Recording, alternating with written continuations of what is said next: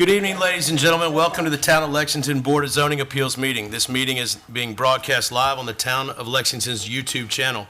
This board is comprised of town citizens. We are appointed by the Town Council and we serve without pay. We are a legal board operating under the Comprehensive Planning Act of the state of South Carolina. Although this meeting may not seem as formal as a hearing in court, all statements must be true, factual, and not made in a manner to mislead us.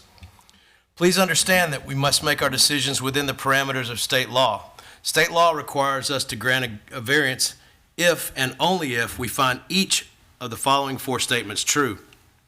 There are extraordinary and exceptional conditions pertaining to the particular piece of property in question because of its size, shape, or topography.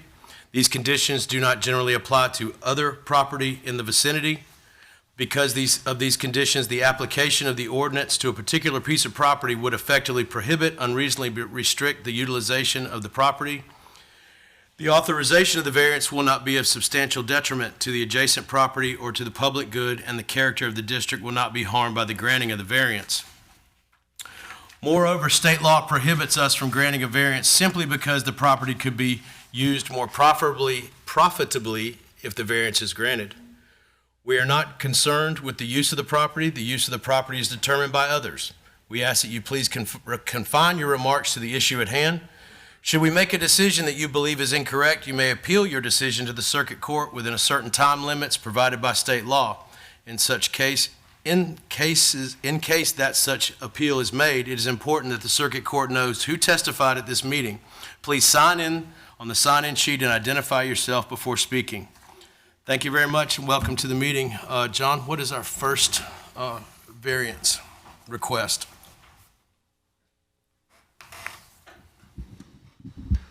Both of these items are repeats, so you should be familiar with the issues with both of them. The first one is 2023-7, side yard setback and lot size setback for 329 through 337 Railroad Avenue. Miss Linda Thomas owns a parcel located in the 300 block of Railroad Avenue. Currently, there are 3 homes and a mobile home located on the parcel. They're proposing to subdivide the parcel into 4 separate lots so that each lot can be sold individually. A proposed survey of these lots is in your packet. The property is zoned protected residential. This classification requires a 10-foot side yard setback on each side and a minimum lot size of 7,260 square feet. To be compliant with the protected residential zoning regulations, a side yard setback variance on each side of all 4 lots and a lot size variance on 2 lots in the center on lots 2 and 3 is needed. The board reviewed this request during their December meeting and referred it to the Planning Commission to consider if rezoning would be more appropriate. The Planning Commission reviewed the request during their January meeting and declined to recommend rezoning. That rezoning request went in front of Town Council on Monday night, and they tabled it until you all have ruled. Any questions for staff? No. We know. If you know what the issues are. There's no new issues that you need to bring. Do you have anything to add from last time? I mean, they're familiar with the issues, but you're welcome to speak if you need to. I just want to. Please. No.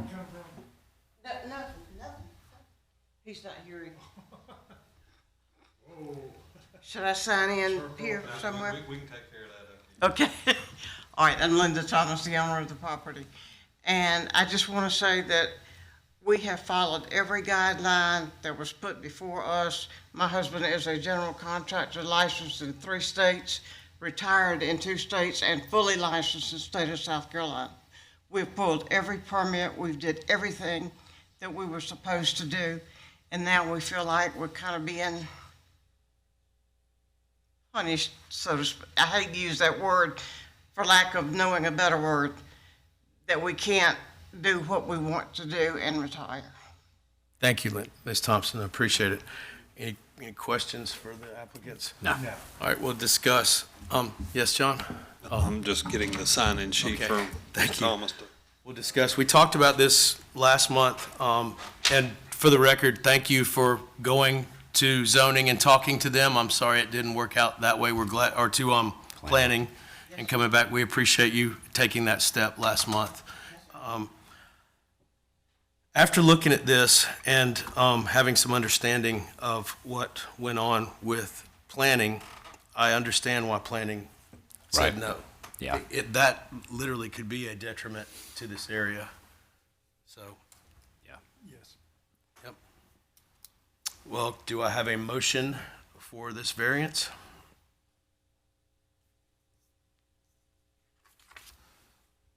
I can make a motion. Okay. All right. So I'd like to make a motion to approve variance 2023-7. There are extraordinary and exceptional conditions pertaining to this particular piece of property in question because of its. Wait, am I supposed to get a second or let him read the whole thing first? I'm You new gotta at make the this. motion before you second it. Cool. Not a problem. Continue, sir. Sorry. Because there are extraordinary and exceptional conditions pertaining to this particular piece of property, because of its size, shape, or topography. The condition was created before zoning ordinances existed in the town of Lexington. They generally do not apply to other properties in the vicinity because the residences own the property, have been there for decades, and would not meet current town or zoning ordinances.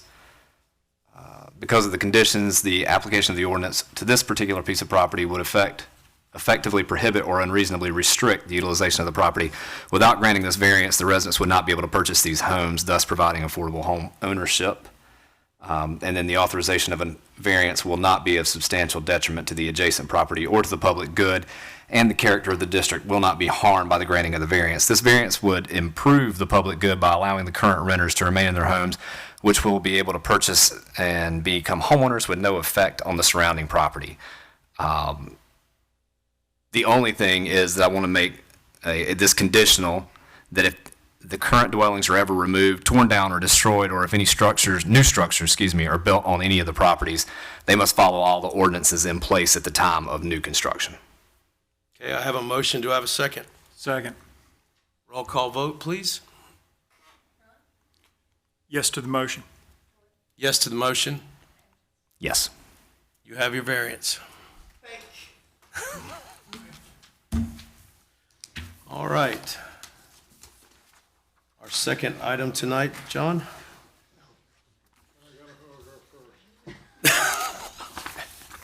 Whitney stops waiting so they can leave. They won't have to hang around.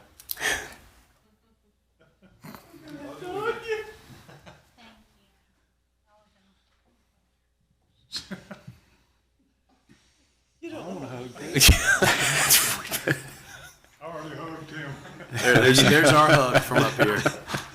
They're usually not this nice when we drag it out for a couple months. Yeah. Yes, sir?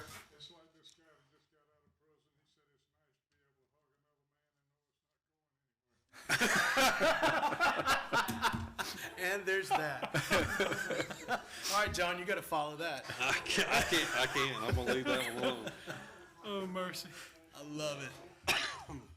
Excuse me. Oh, and would you tell him what we also just did? This will go before planning commission this month, so we'll, We just incorporated another section of railroad. Excellent. Mr. Brad Brody with Storage Units Lexington LLC has requested a variance from the connectivity of parking lots for commercial development requirement. Section 15405.10J of the Land Development Ordinance says new commercial development projects must connect to existing parking lots. The approving authority can refuse zoning permits or project approval on the basis that the project does not connect to existing adjacent parking lots. This project began construction with a permitted site plan showing connectivity to the adjacent shopping center. The adjacent property owner objected to this plan and provided an alternative that is unacceptable to the applicant, which is prompting the variance request. This item was deferred in December to seek additional information about possible other traffic enhancements that could be considered. Thank you. Any questions for staff?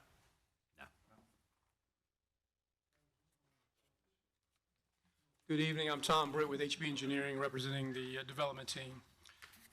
First, I want to thank the board for allowing us this opportunity to find an alternate solution, because that rarely happens at other municipalities.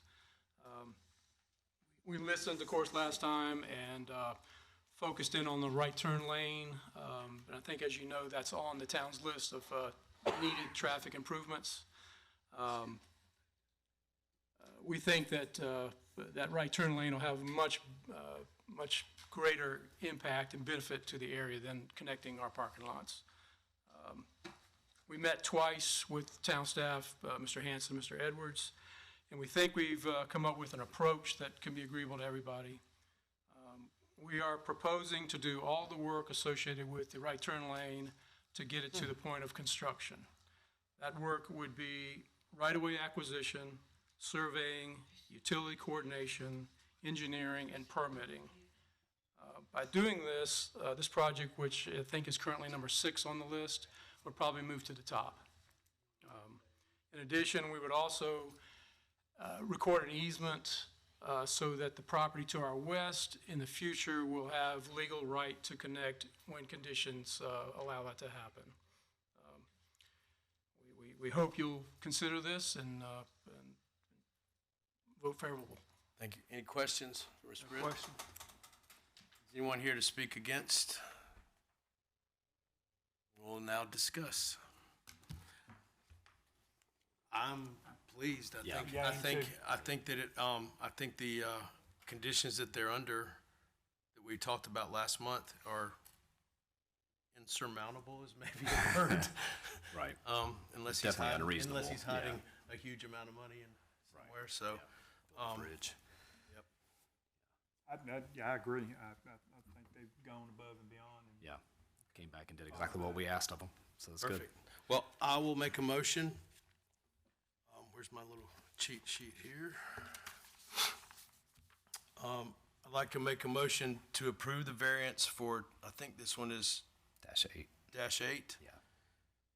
Condition on the completion of the offered transportation improvements by the owner. If this variant, I will add this variance will expire should there be a change of ownership or usage on the adjacent property. So, and I will make this variance based on the fact that the extraordinary exceptional conditions due to the adjacent property owner's requirements to establish connectivity. Also, number 2, the conditions do not generally apply to other properties in the vicinity. The topography of the adjacent property creates difficulty in creating connectivity. Because these conditions of the application ordinance to a particular piece of property would effectively prohibit or unreasonably restrict the utilization of the property with the variance, without the variance, the property would not be able to be developed. And finally, authorization will not be a substantial detriment. The offered transportation improvements offered by the applicant would offset and mitigate any potential transportation concerns that are addressed by the ordinance. I have a motion. Do I have a second? Second. Roll call vote. Yes to the motion? Yes to the motion. Yes to the motion. You have your variance.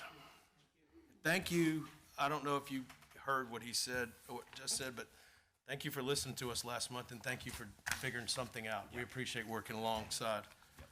John, thanks a lot. Approval of the minutes from last month. Make a motion to approve the minutes as written. Second. Second. All in favor? Aye. Aye. Motion, the minutes are approved. Do we have any business from staff that we need to know about? We will have a meeting next month. Okay. Is it something fun?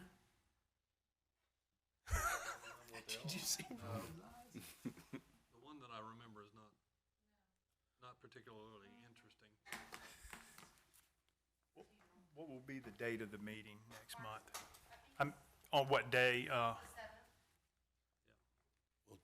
Thursday. Discuss it after. All right. If we have no other business, can I have a motion to adjourn? Motion to adjourn. Second. All in favor? Aye. We are adjourned.